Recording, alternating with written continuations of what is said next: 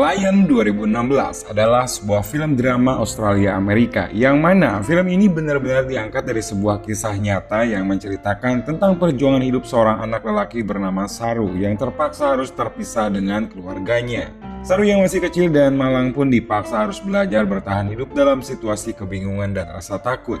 Hingga akhirnya berujung Saru diadopsi oleh pasangan asal Australia bernama John dan juga Sue. Namun ternyata Saru yang saat ini sudah menginjak usia 25 tahun tak bisa mengubur begitu saja kenangan masa lalunya. Drama, realita, dan banjir air mata pun dimulai dari sini. Sebelum kita mulai, colokin headsetnya, jauhi keramaian, dengarkan baik-baik, dan ini dia cerita Lion.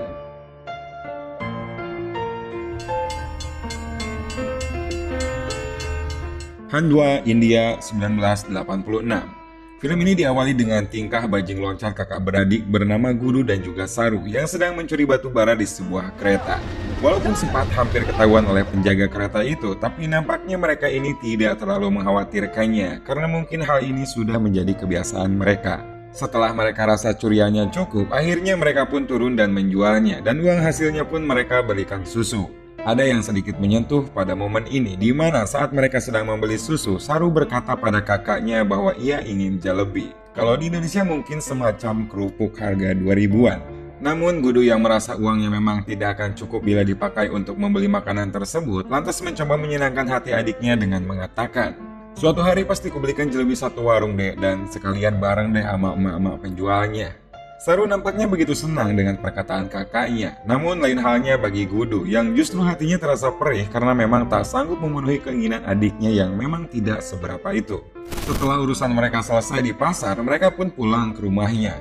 Dan berulang di sini kita tahu bahwa keluarga Saru ini memang sebuah keluarga yang hidupnya bisa dibilang sangat kekurangan, di mana mereka tidak memiliki ayah, sementara ibunya sendiri harus membesarkan ketiga anaknya yang masih kecil tersebut dengan cara bekerja menjadi seorang pemulung batu. Dengan gaji 2.500 per hari, bagaimana bisa dia mencukupi kebutuhan hidup keluarga mereka? Untuk sekedar membeli beras saja, sisanya ngutang. Sang ibu yang sedikit merasa heran saat kedua anaknya mampu membeli susu, lantas bertanya dari mana mendapatkannya. Namun keduanya tidak menjawab, walau sepertinya sang ibu pun sudah tahu dari mana asal uang tersebut. Namun karena ibunya sendiri memang menyadari bahwa dia tidak bisa memberikan lebih untuk kebahagiaan anaknya, akhirnya hanya bisa tersenyum untuk menutupi kesedihannya. Selain menjadi bajing loncat, ternyata Gudu ini juga nyambi jadi kuli panggul di stasiun kereta yang ada di kota. Dan inilah awal cerita sebenarnya baru akan dimulai. Begitu mereka sampai di stasiun kota, apesnya si Saru ini malah tertidur dan susah dibangunin. Hal ini tentu saja membuat Gudu jadi galau antara mulai kerja atau menemani adiknya. Namun karena mungkin menurut Gudu adiknya bisa ditinggal dan dibiarkan tidur di kursi ini, ia pun langsung menyuruh Saru untuk menunggu dan jangan pergi kemanapun sampai dia kembali. Entah sudah berapa lama Gudu pergi, tiba-tiba di tengah malam Saru terbangun. Saru yang melihat stasiun sepi tanpa penghuni ini mulai ketakutan dan berusaha memanggil kakaknya. Karena Gudu gak kunjung datang juga, akhirnya ia pun berjalan mencari kesana kemari sampai ke dalam kereta. Entah apa yang dipikirkan Saru saat itu, ia pun malah diam di dalam kereta ini dan apesnya ia malah ketiduran. Dan ketika bangun, Saru melihat kereta tersebut sedang melaju kencang. Berteriak dan berusaha keluar, semuanya sia-sia karena kereta itu dalam keadaan terkunci dan kosong. Jika memang ada pintu kebuka pun, tidak mungkin Saru bisa turun karena kereta ini memang melaju sangat cepat sekali, seperti yang lagi ngejar setoran. Entah kemana kereta ini pergi dan berapa lama Saru terjebak di dalam. Akhirnya kereta ini pun berhenti juga.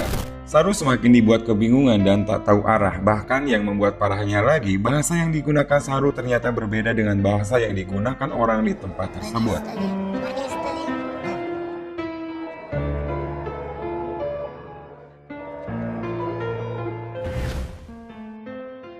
Dari sini Saru pun mulai melihat beberapa anak gelandangan lainnya. Ia pun mulai mengikuti mereka dan tidur beralas kardus. Sampai suatu malam tiba-tiba mereka pun didatangi para preman yang mencari anak gelandangan untuk dijadikan pengamen atau disuruh mengemis. Sebagian dari mereka tertangkap, namun beruntung bagi Saru, ia bisa kabur dan lari bersembunyi di tempat ibadah. Saru yang tersesat menjadi semakin luntang-lantung saja dengan hanya berbekal kardus teks history. Ia pun berjalan tanpa arah dan tujuan sampai suatu ketika ia bertemu dengan salah seorang mbak-mbak bernama Nur.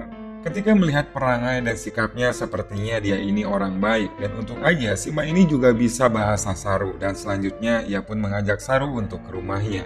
Di sini Saru beruntung dikasih makan, minuman enak Orson, bahkan dimandikan biar gak terlalu bau. Tapi ternyata ada udang di balik batu. Mbak-mbak ini aslinya mau menjual Saru kepada seorang lelaki pengepul anak. Lelaki yang bernama Rama ini mulai mendekati Saru dan mulai mengiming-imingi bahwa dia akan mencari ibunya. Saru yang masih bocah ini awalnya tentu saja percaya. Namun setelah ia melihat gelagatnya bersama mbak-mbak tadi, Saru pun mulai curiga dan setelah ada kesempatan ia pun langsung lari tanpa henti. Hari pun berganti dan minggu menjadi bulan. Saru yang telah tersesat 2 bulan ini menjalani harinya memulung dan berjalan tanpa arah. Sampai suatu ketika dia kelelahan dan duduk di bawah jembatan. Di sini ada momen yang cukup sedih. Dengan pandangannya yang lemas, dia pun melihat seorang pemuda yang saat itu sedang minum dan makan di restoran yang berada di seberang jalan. Dengan berbekal sendok yang didapatnya saat ia mulung, dia pun lalu menirukan berbagai gerakan makan dan minum orang tersebut. Tanpa diduga, si pemuda tersebut ternyata melihatnya, hingga ia pun tentunya tersentuh melihat apa yang dilihatnya. Maka langsung aja ia pun memberi kode dengan menunjuk makanan yang sedang ia makan. Dan Saru pun membalasnya dengan menunjuk mulutnya, memberitahukan bahwa saat itu ia sangat kelaparan. Si pemuda ini pun akhirnya tak tega. Setelah memberi makan seadanya, dia pun mengantarkan Saru ke kantor polisi. Di sini terjadi pembicaraan dan sang polisi pun menanyakan dari mana tempat Saru berasal. Saru pun memberitahukan bahwa dia berasal dari Ganesteli. Si polisi ini juga ternyata tidak tahu Ganesteli itu di mana. Ditanya nama ibunya siapa, Saru cuma menjawab ibu saja, bukan menjawab namanya. Setelah beres mengambil data, polisi ini pun kemudian mengirim Saru ke panti asuhan. Di sini terlihat keadaan panti yang kayaknya lebih mirip penjara gelandangan, guys. Dalam satu ruangan saja, Saru bersama lebih dari 10 anak lainnya. Dan para pengasuhnya juga kelihatan berandalan, semuanya membawa tongkat pemukul. Hingga suatu ketika, Saru kemudian dipanggil oleh si ibu pemilik panti. Sebut saja Ibu Mawar. Ibu Mawar ini menunjukkan kalau ia telah berusaha menaruh foto Saru di seluruh koran India. Namun ia tidak pernah menerima balasan dari keluarga Saru. Saru tentu saja sangat sedih mendengar semua itu. Namun ia pun tak berdaya. Dan untuk mengobati rasa sedihnya tersebut, Ibu Mawar pun lantas memberikan solusi bahwa saat ini telah ada pasangan dari Australia yang ingin mengadopsi anak. Di sini Saru tidak ada pilihan lain selain menyetujui saran dari Ibu Mawar. Singkat cerita, kita beralih ke Australia 1987. Saat ini Saru sudah berada di Australia dan menjadi anak adopsi dari John dan juga Sue. Saat pertama datang ke rumah barunya, Saru pun melihat dengan aneh barang-barang di sekitarnya. Ia yang tadinya hidup sangat kekurangan, saat ini dia melihat semuanya jauh berbeda. Walaupun awalnya Saru ini masih canggung dengan orang tua barunya, namun dengan rasa sayang dari John dan Sue yang tulus ini membuat Saru cepat beradaptasi. Dan dari sini hari-hari selanjutnya pun dijalani dengan penuh bahagia. Setahun setelah Saru tinggal, John dan Sue kembali membawa seorang anak angkat yang usianya sedikit lebih tua. Dia adalah Mantos. Mantos ini memang memiliki sedikit kekurangan, di mana dia akan menyakiti anggota badannya sendiri saat dia merasa panik atau tersinggung dan sebagainya. Sehingga dengan kata lain, hal tersebut akan membuat John dan Sue merasa sangat kerepotan karenanya. Dan yang lebih jauhnya lagi, kasih sayang yang selama ini dicurahkan hanya kepada Saru sekarang menjadi terganggu semenjak kedatangan Mantos. Namun karena pada dasarnya Saru ini adalah seorang anak yang baik, patuh, dan penyayang, ia pun akhirnya merelakan semua itu dan tetap menjadi anak yang diharapkan kedua orang tua angkatnya. Seperti pada suatu ketika, saat Saru melihat sang ibu angkatnya tersebut menangis karena pusing dengan sifat Mantos, Saru pun menghampiri dan memeluk sang ibu dengan penuh kasih sayang. Tak jauh beda seperti yang dilakukan seorang anak kandung seutuhnya dikala orang tua sedih. Dan hal tersebut benar-benar membuat sang ibu angkatnya sangat terhibur dan beruntung karena ternyata Saru telah menjadi bagian dari hidupnya.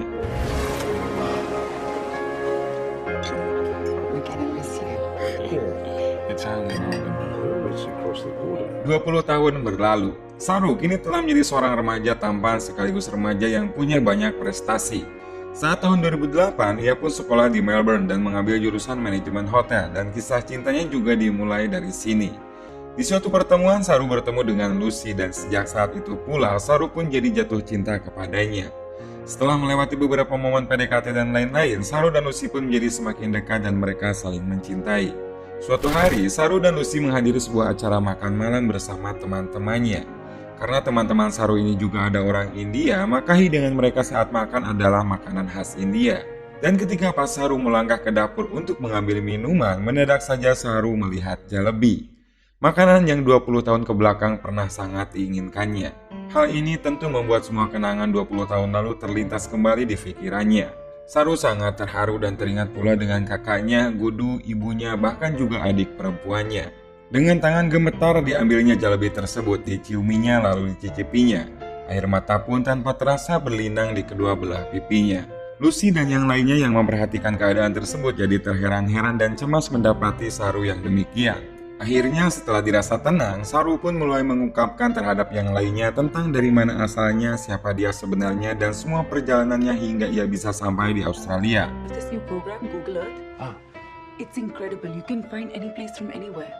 Salah satu temannya pun lantas memberi saran supaya Saru mencari daerah tempat asalnya dengan mengandalkan bantuan dari teknologi Google Earth. Namun Saru memilih tidak melakukan semua itu karena dia rasa itu sudah lama sekali dan sudah tidak mungkin ia bisa mengingatnya. Bahkan yang diingatnya saja hanya nama Ganesteli dan kursi tempat tidurnya yang berseberangan dengan tower air. Sedangkan nama Ganesteli sendiri tidak pernah ada sama sekali. Tapi biarpun demikian, kejadian yang terjadi di acara makan-makan itu justru membuat Saru menjadi semakin kepikiran. Bahkan di suatu malam sehabis melakukan push up sejenak dengan Lucy ini, si Saru ini diam-diam pergi ke tengah ruangan. Ia pun mulai mengambil laptopnya dan mulai mencari informasi kereta sampai tempat-tempat terdekat yang mungkin bisa dia ingat. Dari sinilah awal mula pencarian tempat asal Saru.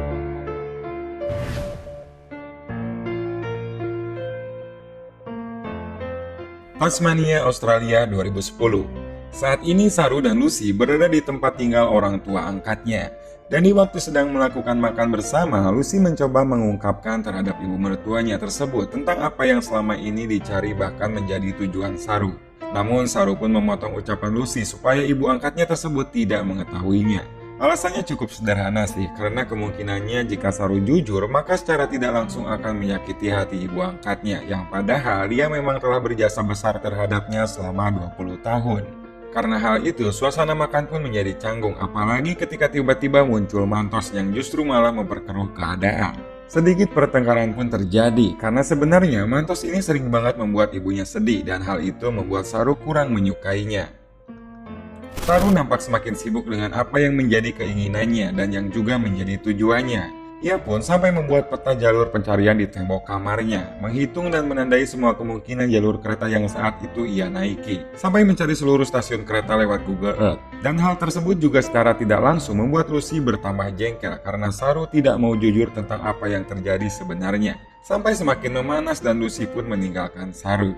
Hari demi hari, Saru lalui dengan mencari tempat tinggal asalnya, sampai suatu saat Saru tidak sengaja bertemu kembali dengan Lucy.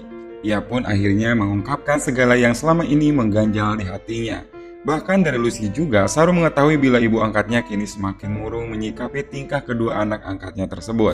Saru pun dengan wajahnya yang semakin lusuh meminta maaf kepada ibu angkatnya bahwa dia tidak bisa menjadi anak yang baik seperti anak seutuhnya yang didambakan oleh ibu angkatnya tersebut. Karena dia pun memang tidak berdaya ketika mengikuti suara hatinya yang selalu mengatakan bahwa ia sangat merindukan sosok ibu dan keluarga aslinya yang lama terpisah.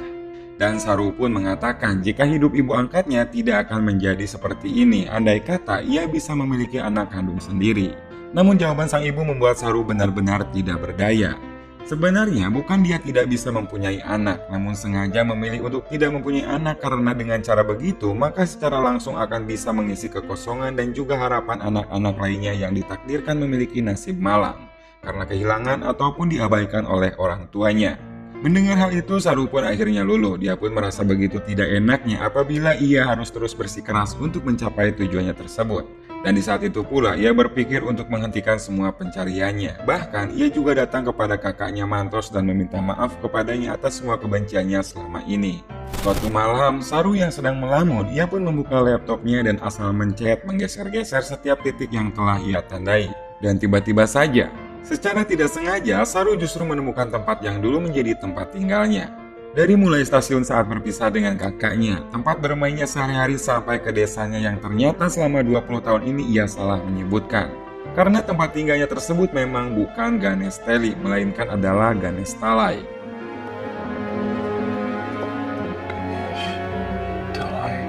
Dan kabar bahagia tersebut kemudian ia sampaikan terhadap Lucy, yang juga nampak terharu dan sangat bahagia mendapat kabar yang demikian. Dan Lucy pun mengizinkan Saru menemui keluarganya. Ibu angkatnya juga sangat bahagia mendengar berita ini. Dia juga memberikan restu untuk Saru pergi ke sana. Dan dia juga berharap ibu kandungnya masih tetap di sana.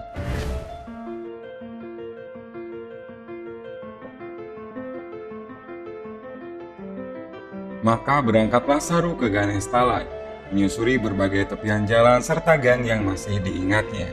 Dan akhirnya sampailah Saru ke rumah yang menjadi tempat tinggalnya saat 20 tahun lalu. Dan tanpa tunggu lama, dia pun langsung masuk ke dalam rumah tersebut. Namun, rumah tersebut sudah tidak ada orangnya dan justru menjadi tempat ternak kambing. Saru pun marah dan kecewa karena memang melewatkan waktu yang begitu lama. Dan tiba-tiba muncul seorang bapak-bapak yang menanyakan tentang apa tujuannya ke tempat tersebut. Saru pun segera menjelaskan sambil memperlihatkan foto masa kecilnya dan mengakui bahwa rumah itu adalah tempat tinggalnya dahulu. Dan kemudian dia bertanya kemana mereka ini pergi. Si bapak-bapak ini pun menyuruh Saru untuk ikut dengannya. Come with me. Just come. Di sini adalah momen paling sedihnya.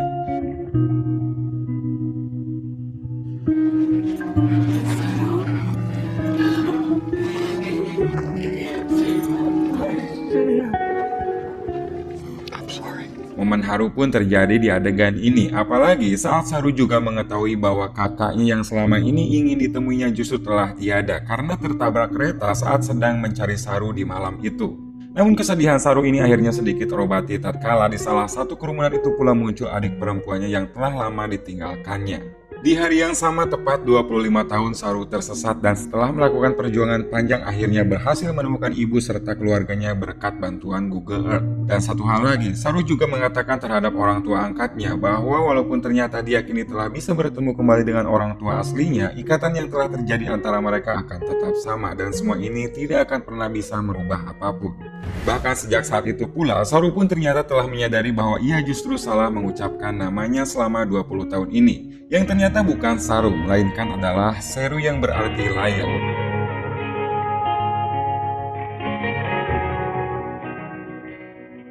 Hikmah yang bisa kita ambil di sini adalah bagaimanapun kita mendapat kebahagiaan walau dalam apapun bentuknya, kasih sayang dari seorang orang tua tetaplah yang utama dan itu tidak bakalan bisa tergantikan. Dan satu lagi yang bisa kita petik hikmahnya, bagaimanapun yang terjadi dan bagaimanapun juga keadaannya, maka sebaiknya kita tidak mudah melupakan jasa baik orang lain terhadap kita. Karena tentunya kita bukanlah apa-apa dan gak bakalan bisa jadi siapa-siapa jika tanpa bantuan orang lain. Terima kasih buat kalian semua yang udah nonton sampai akhir dan semoga kalian suka dengan ceritanya.